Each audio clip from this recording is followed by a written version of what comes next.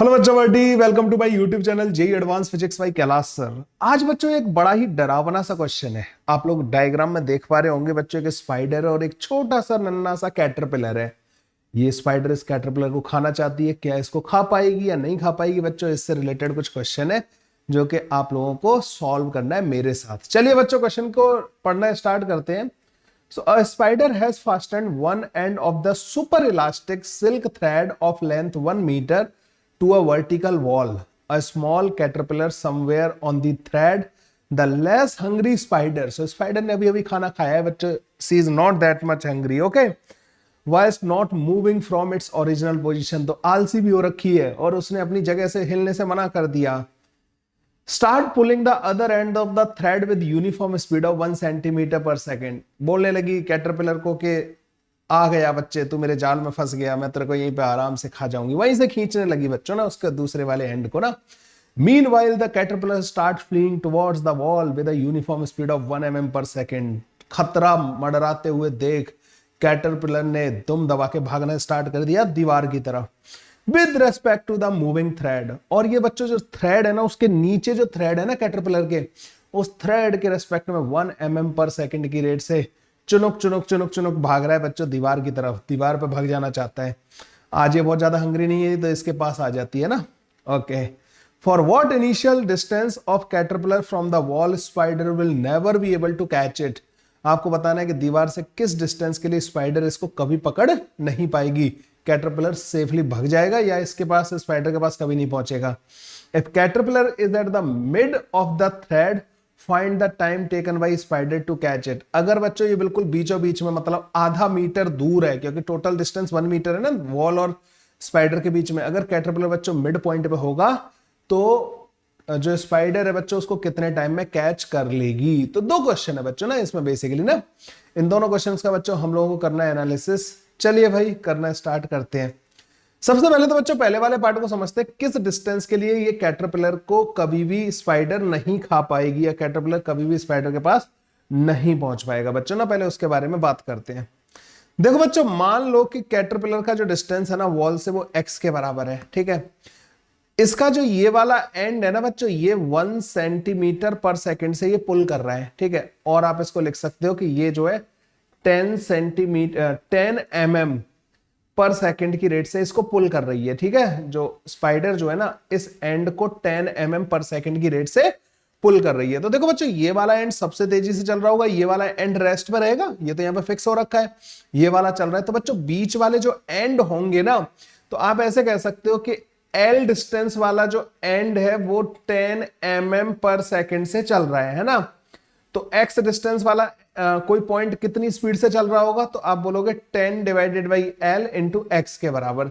अब अगर L की वैल्यू बच्चों 1 मीटर पुट कर दें हम लोग जो है, और x भी बच्चों मीटर में, L भी मीटर में, तो ये आ जाएगा बच्चों 10x mm पर सेकंड की रेट से, ठीक है। सो बच्चों ये समझना है आपको कि x डिस्टेंस वाला जो पॉइंट होगा ना बच्चों, वो इस स्पीड से चल रहा होगा 10x mm पर सेकंड की रेट से। ऑब्वियसली बात है x 1 से छोटा होगा, क्योंकि हम x को मीटर में पुट कर रहे हैं। ध्यान रखना, x को हम मीटर में पुट कर रहे हैं, l को हम मीटर में पुट कर रहे हैं, ठीक है। और वेलोसिटी बच्चों हमने mm पर सेकंड में पुट किया है इसलिए। तो बच्चों जो किसी भी x डिस्टेंस वाले पॉइंट की जो वेलोसिटी आ जाएगी ना बच्चों, वो 10x mm पर सेकंड के बराबर आ जाएगी टुवर्ड्स द स्पाइडर। अब देखो बच्चों, ये वाला जो पॉइंट है ना, ये 10x mm पर सेकंड की स्पीड से मूव कर रहा है, ठीक है।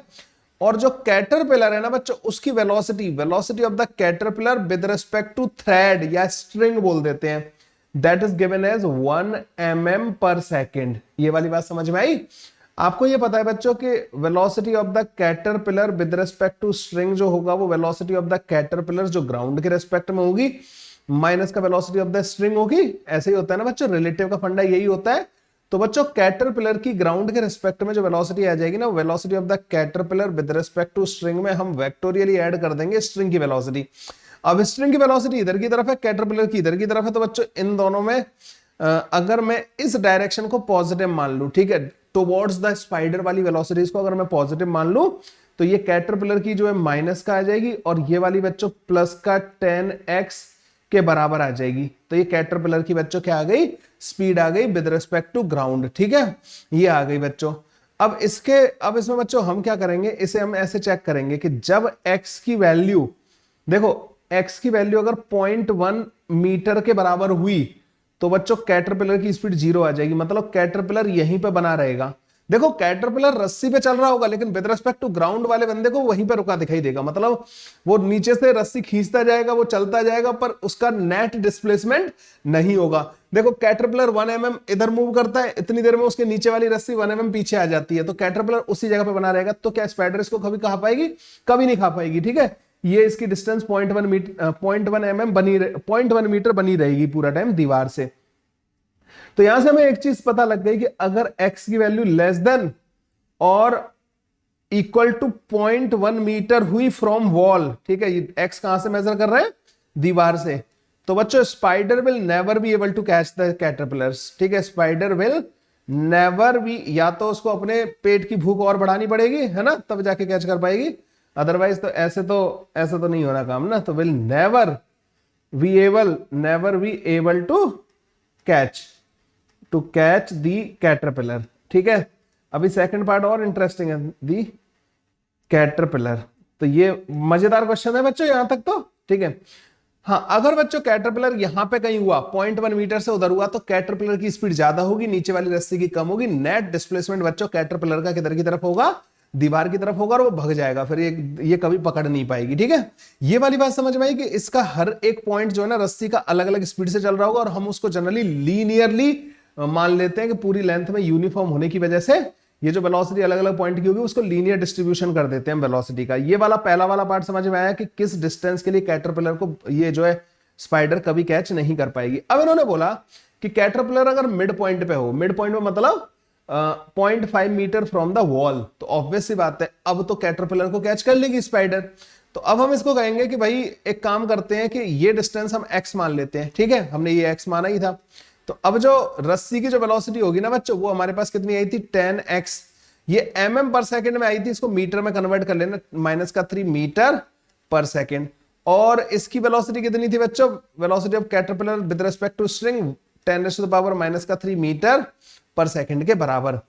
तो बच्चों कैटरपिलर की नेट स्पीड कितनी आ गई थी विद रिस्पेक्ट टू ग्राउंड जो इधर जा रहा था? तो कैटरपिलर की जो स्पीड ग्राउंड के रिस्पेक्ट में आई थी ना, वो इन दोनों का डिफरेंस आई थी। ठीक है, तो वो आ जाएगी बच्चों 0.01x माइनस का 0.001 मीटर पर सेकंड। ये आ जाएगी बच्चों कैटरपिलर जिस स्पीड से टुवर्ड्स द स्पाइडर जा रहा होगा। अब रस्सी ज्यादा तेजी से चल रही है उसकी नीचे वाली ना। क्या ये समझ में आ रहा है? ये आपको dx/dt के बराबर होगा। हाँ भाई, ये जो वेलोसिटी है, ये जो वेलोसिटी आई है dx/dt के बराबर होगी 0.01x माइनस का 0.001, ये dx/dt के बराबर आ जाएगा। तो अब dx के नीचे ले जाओ बच्चों इसको, 0.01x माइनस का 0.001 इज इक्वल टू dt आ जाएगा बच्चों। इसको हम कर देंगे इंटीग्रेट, कहां से कहां तक? t की वैल्यू पता करनी है हमें। ठीक है, और ये इसकी x की वैल्यू इनिशियल कितनी थी? 1/2 के बराबर। फाइनल कितनी हो गई? 1 के बराबर, मतलब स्पाइडर का नाश्ता हो गया।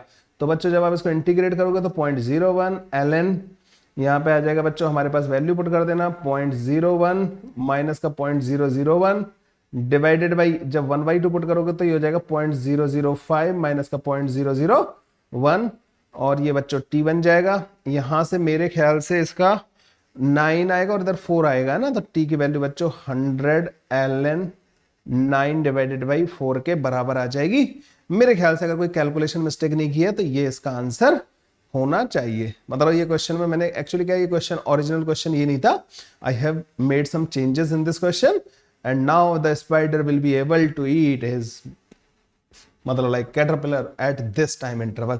Do you like this question बच्चों? Do you like this channel? इस चैनल पे आपको मैं बता देना चाहता हूं बच्चों, अभी तो मैं क्वेश्चंस अपलोड करने की प्रोसेस में हूं, जहां पे मैं बहुत सारे अच्छे अच्छे अमेजिंग क्वेश्चंस इस चैनल के ऊपर अपलोड कर रहा हूं। लेकिन बच्चों एक टाइम बाद क्या होगा कि इनकी पूरी प्लेलिस्ट तैयार हो जाएंगी और उन सारे क्वेश्चन से आपकी जेईई एडवांस की प्रिपरेशन में काफी मदद होगी। तो अगर बच्चों इस तरीके के और क्वेश्चन आप लोगों को चाहिए तो आप इस चैनल को जरूर सब्सक्राइब कर लेना। मेरा एक दूसरा चैनल है बच्चों, JEE main physics by Kailash sir, जहां पे मैंने ईयर लॉन्ग कोर्सेज स्टार्ट कर रखे हैं, जहां मैं क्लास 11th एंड 12th के फ्री कोर्सेज लाइव पढ़ा रहा हूं।